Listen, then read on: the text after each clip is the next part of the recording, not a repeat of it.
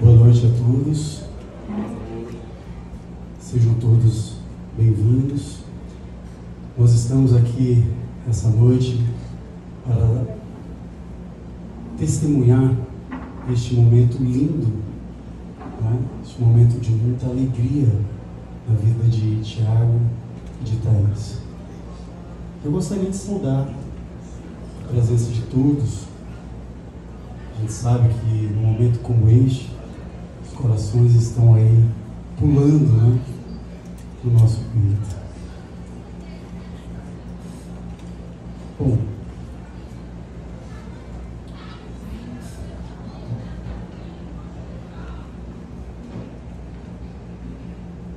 eu gostaria, essa noite, de agradecer primeiro a Deus por essa oportunidade, dizer da minha alegria, né, de estar aqui hoje, e dizer que o testemunho maior e a bênção maior sempre é de Deus, em todos os momentos da nossa vida, e principalmente neste momento, num momento como este. Trago hoje algumas palavras e gostaria de pedir licença. Trouxe aqui uma colinha, vez por outra eu vou precisar.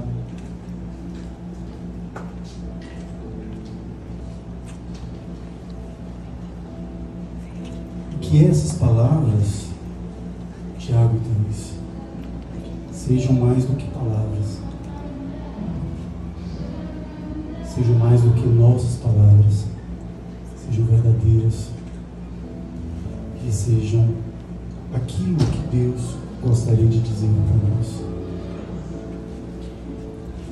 Que estas palavras, aquilo que eu vou expor essa noite, sejam um combustível que jamais acaba, que seja uma chama ardente que jamais se apaga, e uma fonte de água viva a jorrar para sempre na vida de vocês dois.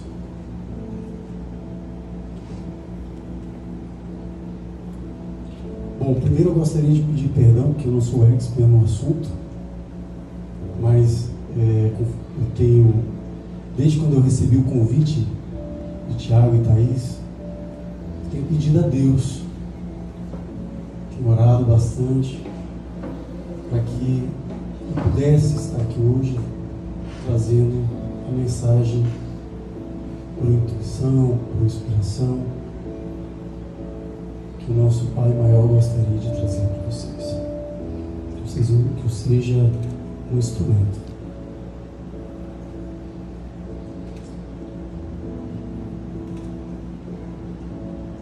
Bom, Tiago e Thaís, Tiago do Piauí, Thaís Sergipe e Thaís do Piauí. Gostei muito de uma frase que está escrita ali, né? União do Piauí de Sergipe dá uma festa linda no Maranhão. E é isso. Já se passaram 6 anos dessa união, que eles estão juntos, se conheceram através de um aplicativo de encontro, não é isso? Tinder, né?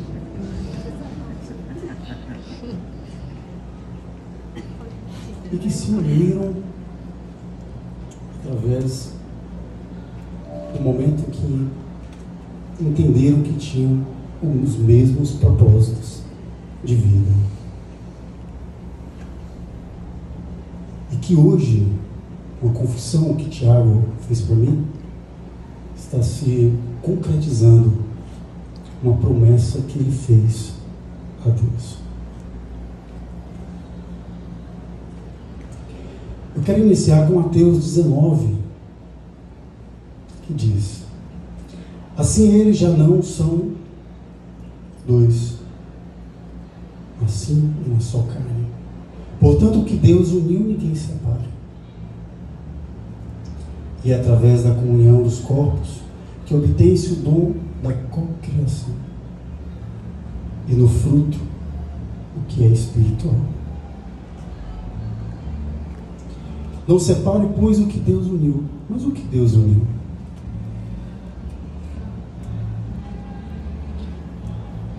Paulo vai dizer em 1 Coríntios: não sabeis vós que sois o templo de Deus? E que o Espírito de Deus habita em vós? Porque o templo de Deus, que sois vós, é santo. Em Gálatas 6, vai dizer: quem semeia para a sua carne, da carne colherá a destruição, mas quem semeia para o Espírito, do Espírito colherá a vida. Essa é a vontade de Deus. Porque, na verdade, o compromisso nunca foi para corpos, mas de almas. Os corpos perecem, e com eles o instinto carnal, mas na alma permanece, porque o amor é divino e eterno. E como não é um simples encontro, mais do que isso, nem muito menos um acidente do acaso, mas é um plano divino que os destinou a se reencontrarem. O casamento é uma missão divina, acima de tudo, e não é somente nossa. O casamento é a união entre duas pessoas, mas acima de tudo é a união entre Deus, Criador, e criaturas. A família é como um jardim, onde nascem flores belas e perfumadas, mas que é preciso ficar atento no jardim para não permitir crescer também ali a erva daninha. O amor é um sentimento vivo na alma, mas há também um outro tipo de sentimento, e comumente confundido com amor, e que na realidade confronta, mas este não vive, porque se encerra na carne. Na verdade, não raramente como se possível fosse Tiago e 3. Ele até despreza o amor.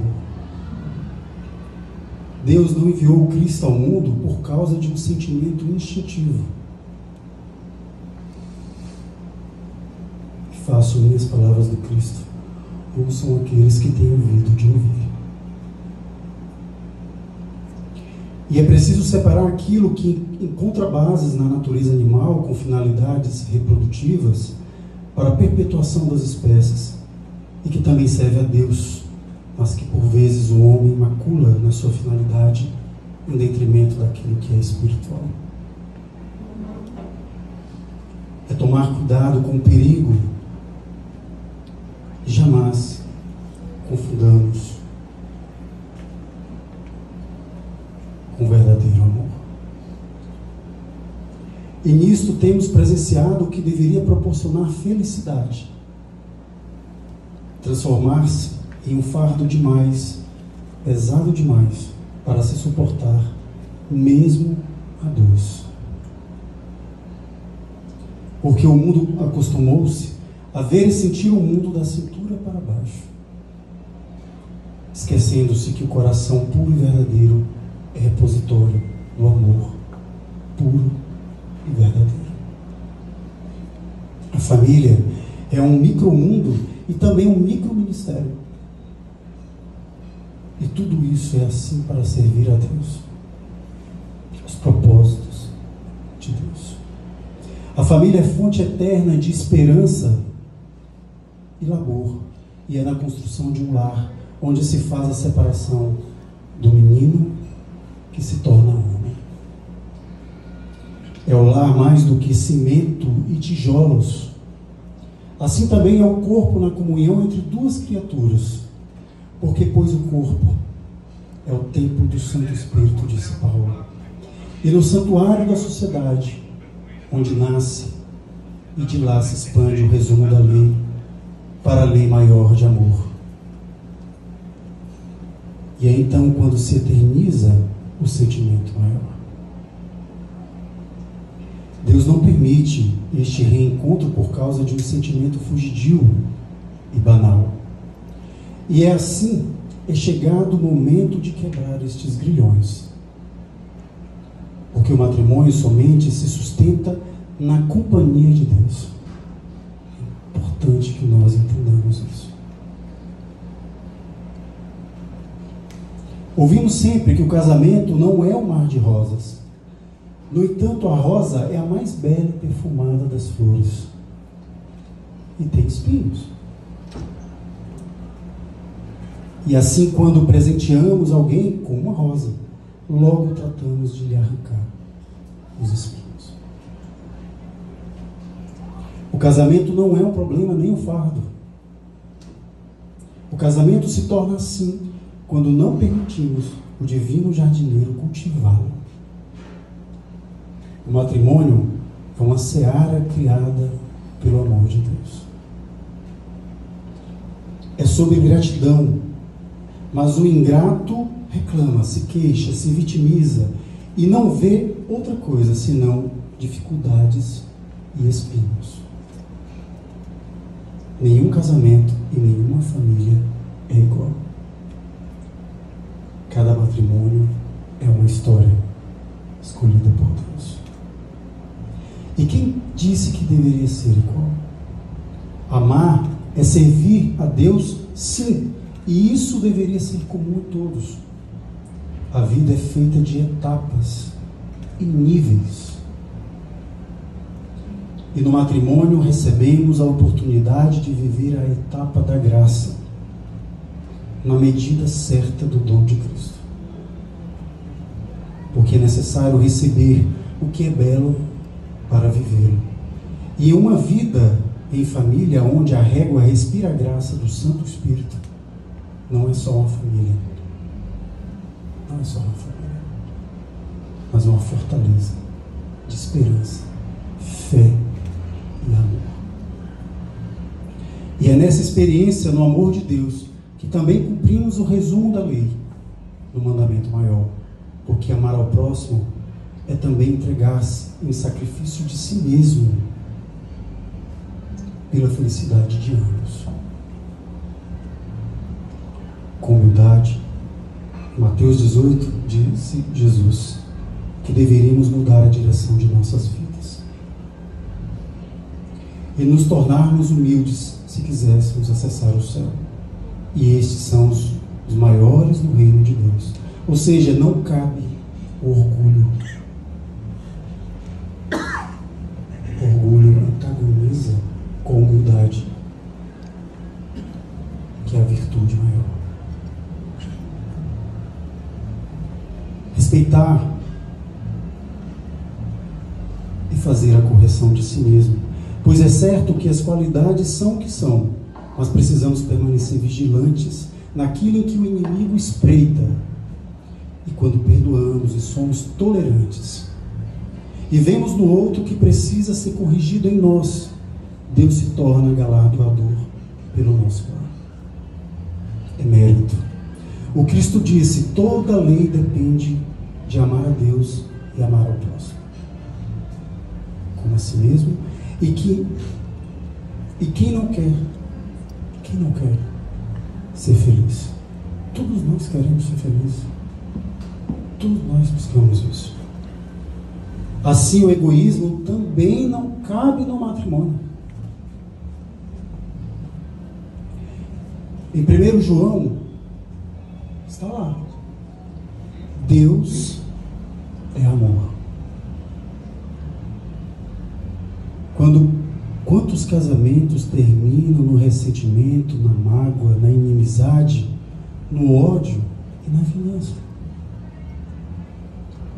Então, o mandamento maior, e aqui peço licença para citar Marcos 12, na fala final do escriba, que propôs a questão ao Cristo: qual o mandamento maior, mestre? E a fala final dele é: mestre, com verdade disseste que há só um só Deus e não há outro além dele, e que amá-lo de todo o coração, de todo o entendimento, de toda a alma, de todas as forças, e amar ao próximo como a si mesmo, é mais do que todos os holocaustos e sacrifícios.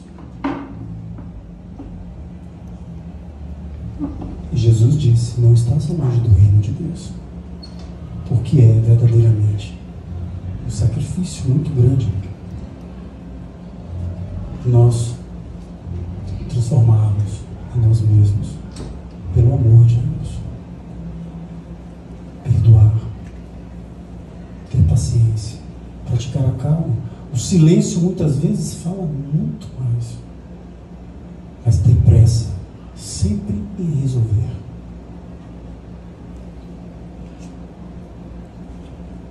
Em Mateus 6 diz: onde está o reino de Deus? Pois onde estiver o seu tesouro, aí também estará o seu coração. Nós somos o templo de Deus. Ele habita em nós. E nós precisamos permitir que Ele opere toda a graça para nós e para os nossos.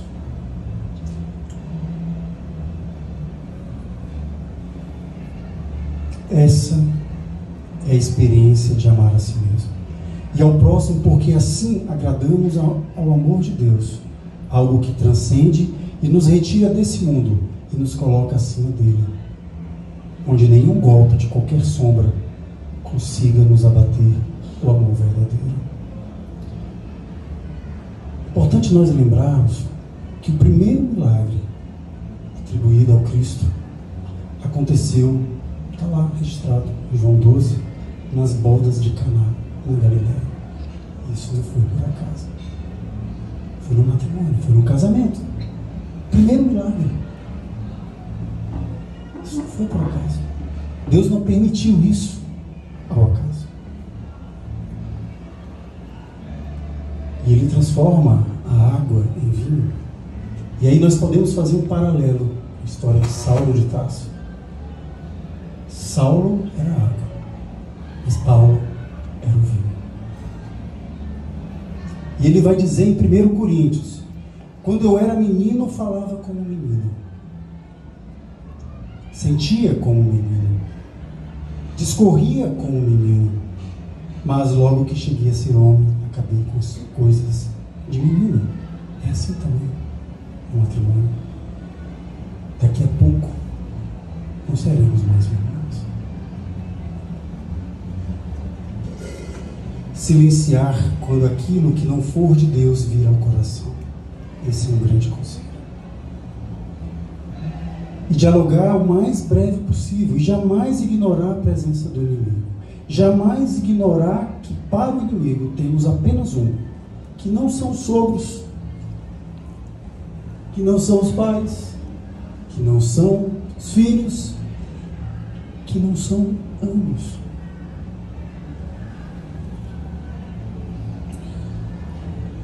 Porque a intenção do inimigo, e ele existe, espreita e persiste, é destruir o que há de mais importante para Deus e o que há de mais sagrado para a construção de uma sociedade saudável: a família. Vigiar e orar. O Cristo deu o roteiro. Vigiar e orar. Ele também foi tentado. O tempo todo e todo o tempo. Porque também isto faz parte dos planos do inimigo, que quer que nós nos esqueçamos que ele existe, para também não nos lembrarmos que Deus vive e que habita em nós. Porque sem Deus, naturalmente que devem ter aqui pessoas com mais tempo de matrimônio que eu e Paulo. Nós nos conhecemos há 20 anos, começamos a namorar, fizemos faculdade juntos, e já são 13 anos que estamos casados, temos 3 filhos: Samuel de 6, o Mateus de 7 e o Gabriel de 10. Eu falo com um pouquinho de experiência.